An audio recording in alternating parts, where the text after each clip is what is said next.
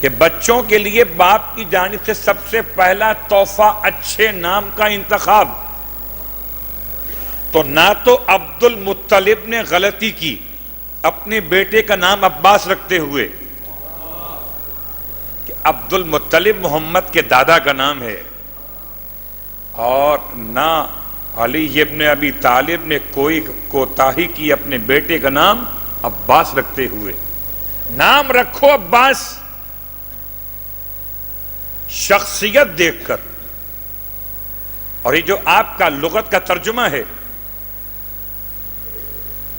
یہ خاص بنیاد پر امام نے انتخاب کیا. اشداء علی الکفار اتنا شدید ہے کہ آبس نہیں ہے، عبوس نہیں ہے. چہرے کے تیور لغت میں چلیں تو عباس کا ترجمہ ہے. اب میں کیا جملہ استعمال کروں، ترجمہ کروں یا لفظ عباس کو پھر تلفظ کے ساتھ پڑھوں؟ عباس. ایک مرتبہ لب ملے، با مکمل ہوا، پھر لبوں نے پھر چوم لیا عباس کہتے ہوئے. 2 مرتبہ لب ملے، لب سے لب ملے اور ایسے لب سے لب ملے کہ ترجمہ ہو گیا. لغت میں ایک ایسے شیر کو عباس کہتے ہیں تو شیر بفرا ہوا ہو. ایسے شیر کو عباس کہتے ہیں جس کو دیکھ کر میدان میں شیر بھی ڈر جائیں. تو اب شیر کے چہرے پر تو سختی ہی تو ہوگی. صلوات پڑھے محمد وآل محمد.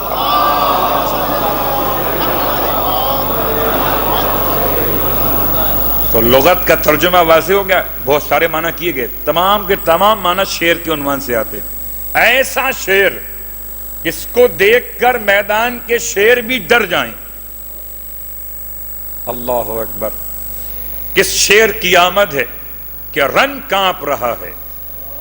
کچھ تو سوچ کر کہا تھا. کس شیر کی آمد ہے کہ رن کانپ رہا ہے.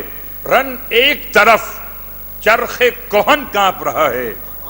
شمشیر بکف دیکھ کر حیدر کے پسر کو جبریل سمیٹے ہوئے پر کانپ رہا ہے.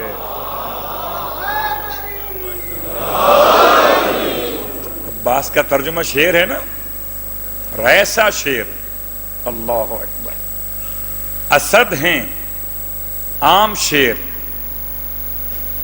کہ جو شیر ہیں مگر ایسے شیر نہیں جیسے عباس. اسی لیے اسد کے آگے اسد اللہ، اسد کے آگے اسد الرسول اللہ.